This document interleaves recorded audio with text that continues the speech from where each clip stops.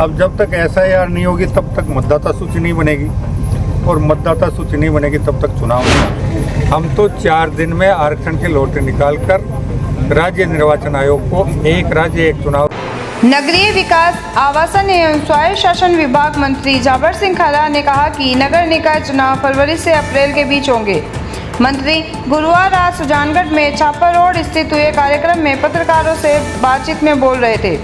बता दें कि मंत्री खर्रा सेवानिवृत्त वरिष्ठ अध्यापक विजय सिंह सारण के पुत्र SMS अस्पताल जयपुर में कार्यरत medical jurist doctor Sudhanshu Saran, doctor Ruchika Saran के पुत्र जन्म महोत्सव के कार्यक्रम में आए थे।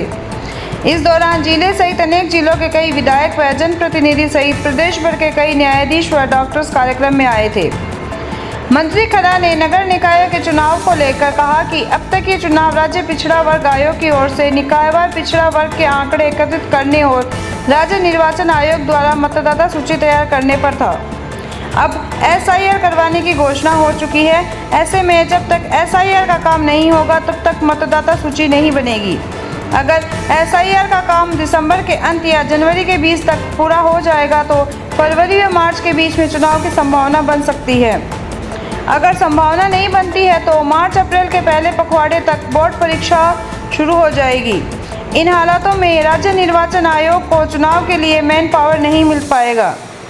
मंत्री ने कहा कि देख रहे हैं कि कब तक SIR का काम पूरा होगा और राज्य निर्वाचन आयोग निकाय व अन्य पिछड़ा वर्ग आयोग के आंकड़े एकत्रित कर पाएगा। अगर सरकार को आंकड़े मिल जाएंगे तो 4 दिन में आरक्षण की लॉटरी निकालकर राज्य निर्वाचन आयोग को एक राज्य एक चुनाव के तहत चुनाव करवाने के लिए अनुरोध कर देंगे।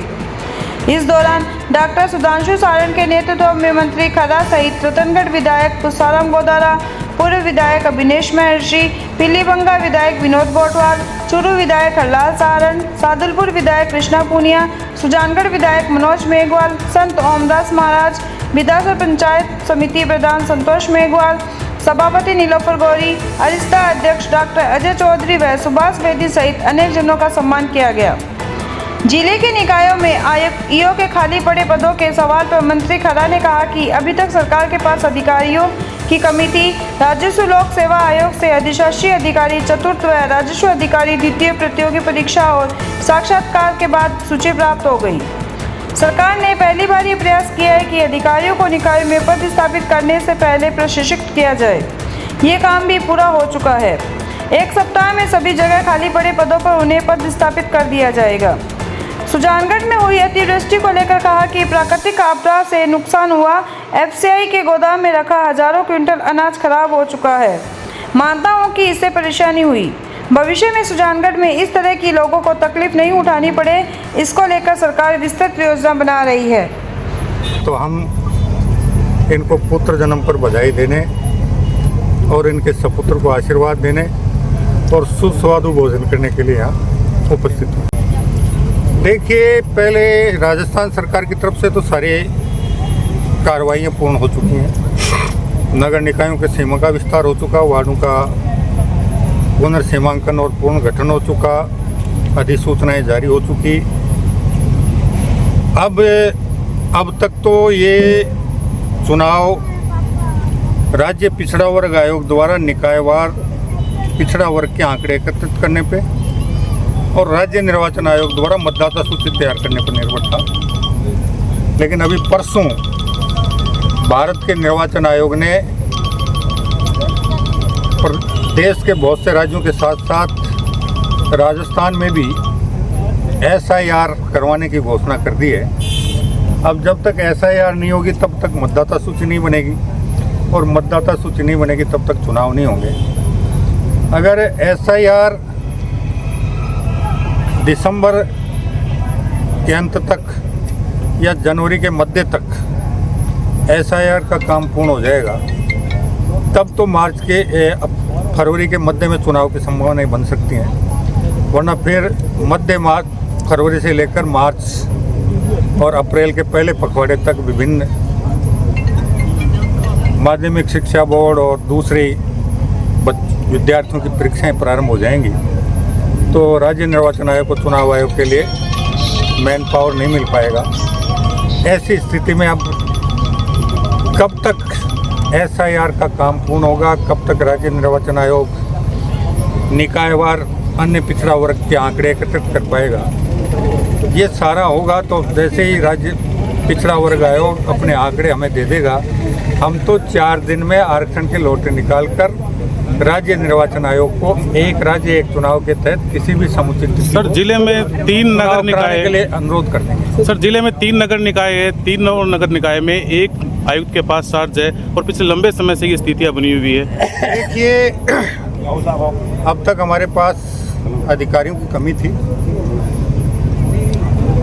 राजस्थान लोक सेवा आयोग द्वारा हमें अधिशासी अधिकारी चतुर्थ और राजस्व अधिकारी द्वितीय प्रतियोगी परीक्षा और साक्षात्कार के बाद सूची प्राप्त हो गई थी। हमने पहली बार ये प्रयास किया कि सीधे उनको नगर पालिकाओं में पद स्थापित करने से पहले उनको प्रशिक्षित करें, तो हमने उनको प्रशिक्षित करवाने का कार्यक्रम बनाया। प्रशिक्षण का काम पूरा हो चुका है और अब 1 सप्ताह में हम उन सबको जहाँ जहाँ पद रिक्त हैं वहाँ पद स्थापित करने। सर हाल ही में सुजानगढ़ ने आपदा का दंश झेला है। बरसाती पानी से काफ़ी सड़कें क्षतिग्रस्त हुई है। पानी निकासी के पुख्ता प्रबंध सुजानगढ़ में नहीं है। किस तरीके से सुजानगढ़ की समस्या का समाधान करें? देखिए, अब तक क्या हुआ क्या नहीं हुआ, अगर इस पे मैं बात करूंगा तो बहुत बात लंबी निकल जाएगी।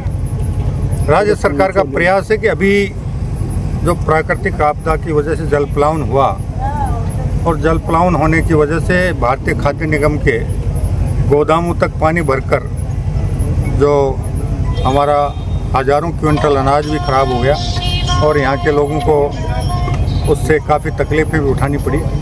भविष्य में ऐसी तकलीफ़ें नहीं हो, इसके लिए इसकी विस्तृत कार्य योजना बनाने का कार्य चल रहा है। धन्यवाद। पुलिस ने शुक्रवार सुबह रन फॉर यूनिटी मैराथन दौड़ का आयोजन किया। ये दौड़ सरदार वल्लभ भाई पटेल की जयंती के उपलक्ष्य में स्टेशन रोड स्थित शास्त्री व्याऊ से वेंकटेश्वर मंदिर तक हुई। दौड़ में डीएसपी दर्जाराम बोस सहित बड़ी संख्या में लोगों ने भाग लिया। स्कूली बच्चों, शिक्षकों, पुलिस मित्रों, सीएलजी सदस्यों, ग्राम रक्षकों, सुरक्षा सखियों और शांति समिति के सदस्यों ने भी इसमें हिस्सा लिया। डीएसपी बोस ने कहा कि पुलिस की ओर से यह अभियान पूरे राजस्थान में आयोजित किया गया है। पटेल की जीवनी के बारे में जानकारी दी गई और एक प्रदर्शनी का भी आयोजन किया गया। इस दौरान कोतवाली थाना सीआई बेगाराम मीणा, जगदीश नाथ, श्याम स्वर्णकार, रणवीर महरिया, हंसा सोनी, कमल दादिच, एडवोकेट तिलोक मेघवाल, बेराराम प्रजापत, रचना जहांगीर, शीतल मिश्रा सहित पुलिस और आरएससी के जवान तथा बच्चे मौजूद थे। आयोजन किया गया है, ये पूरे राजस्थान में किया जा रहा है और हमारे पुलिस अधिकारियों के निर्देश थे कि आज जो महापुरुष वल्लभ भाई पटेल की जयंती के उपलक्ष्य में 150वीं इस पर रन फॉर यूनिटी पब्लिक के साथ सीएलजी सदस्य, पुलिस मित्र जितने भी हैं उनके साथ में रन फॉर यूनिटी का आयोजन करना है, जिसको आपने आयोजित किया गया जो सफलतापूर्वक सुजानगढ़ में संपन्न हुआ। और बड़ी संख्या में बच्चे भी शामिल हुए हैं, तो आप उनका हौसला बढ़ाने के लिए क्या कहना चाहेंगे कि सुबह सुबह 6 साढ़े 6 जाना बहुत बड़ी बात है बच्चों के लिए? नहीं, बच्चे भी आए हैं, सीएलजी सदस्य, पुलिस मित्र इत्यादि हैं, सबको अपने वल्लभ भाई पटेल की जीवनी के बारे में बताया गया और एक प्रदर्शनी का भी आयोजन किया गया। पहले प्रदर्शनी का आयोजन किया गया, उसके बाद में रन फॉर यूनिटी के लिए लोग मिलकर के साथ दौड़े। The youngs club of Sujangarh की ओर से 3 दिवसीय सेवा प्रकल्पों कार्यक्रम के पहले दिन शुक्रवार को 6 ग्रामीण क्षेत्रों में जरूरतमंदों को रजाइयां वितरित की गई। क्लब के सांस्कृतिक सचिव गिरधर शर्मा ने बताया कि रूपचंद किरण देवी सिंघी की स्मृति में पुत्र भामाशाह प्रकाश चंद्र तारा सिंघी व पौत्र रवि मनीषा सिंघी के सौजन्य से मलसीसर, कोलासर, लालपुरा, चारिया, मुर्डाकिया व भांगीवाद गाँवों के 185 जरूरतमंदों को रजाइयाँ दी गई। राजकीय उच्च माध्यमिक विद्यालय में समाज सेवी कमला सिंघी की अध्यक्षता में हुए कार्यक्रम में मुख्य अतिथि क्लब अध्यक्ष निर्मल कुमार बुतोड़िया ने कहा कि नर सेवा नारायण सेवा है। प्रधानाध्यापक धर्म सिंह मीणा ने क्लब के सेवा प्रकल्पों की सराहना की।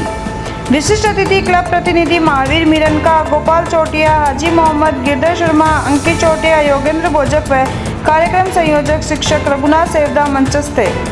कार्यक्रम को सफल बनाने में शिक्षक रुगाराम, बीरबल, जीवनराम, गणेश गोदारा, कानाराम, केशवदेव व रामनिवास का योगदान रहा। शनिवार को देव सागर सिंघी जैन मंदिर ट्रस्ट सुजानगढ़ व the youngs club of Sujangarh के संयुक्त तत्वाधान में सिंघी मंदिर में दिव्यांग विद्यार्थियों को प्रताप सिंह सिंघी की स्मृति में स्वेटर, स्टेशनरी व फूड पैकेट्स उपलब्ध करवाए जाएंगे। यंग्स क्लब ऑफ सुजानगढ़ द्वारा सर्दी की शुरुआत होने के वक्त आज स्वर्गीय रूपचंद जी किरण देवी सिंह जी की पुण्य स्मृति में 6 ग्रामीण क्षेत्रों में रजाइयों का वितरण किया गया। उनके पुत्र चंद्र प्रकाश जी और पौत्र रवि जी के सौजन्य से आज का कार्यक्रम संपन्न हुआ। हमारी प्रेरक और क्लब की हर गतिविधियों में सहभागी कमला भाभी जी आज के आयोजन में हमारे साथ रही, इससे हम लोगों का भी मनोबल बढ़ा। अनेक विद्यालयों में और वहाँ के प्रवासियों ने हम लोगों का जो आतिथ्य भाव और जो मान सम्मान किया, यंग्स क्लब ऑफ सुजानगढ़ को उससे एक नई प्रेरणा और एक नई ऊर्जा मिल गई। The youngs club of Sujangarh द्वारा त्रिदिवसीय सेवा प्रकल्प का आज का ये कार्यक्रम 6 ग्रामीण क्षेत्रों में रजाइयों का वितरण हुआ। 185 ज़रूरतमंद लोगों को 6 ग्रामीण क्षेत्रों में जाकर रजाइयों का हमने वितरण किया है। इसी श्रृंखला में कल 1 नवंबर को श्री देव सागर सिंह जी जैन मंदिर ट्रस्ट सुजानगढ़ व द यंग्स क्लब सुजानगढ़ के संयुक्त तत्वावधान में स्वनामधन्य प्रताप सिंह जी की पुण्य स्मृति में माननीय कमला जी सिंह जी के सौजन्य से सुजानगढ़ तहसील क्षेत्र के 300 से ज़्यादा दिव्यांग विद्यार्थियों को स्वेटर, स्टेशनरी व फूड पैकेट्स दिए जाएंगे। और इसी श्रृंखला में 3 नवंबर को धर्मचंद जी कंचन देवी राखेचा की पुण्य स्मृति में श्री भूरमल मिश्र राजकीय बालिका विद्यालय नंबर 6 में जरूरतमंद विद्यार्थियों को स्कूल बैग दिए जाएंगे, वहाँ प्रतिभाओं का सम्मान किया जाएगा। गांव कोलासर में शौर्य जाट शोध संस्थान का 2 नवंबर को उद्घाटन होगा।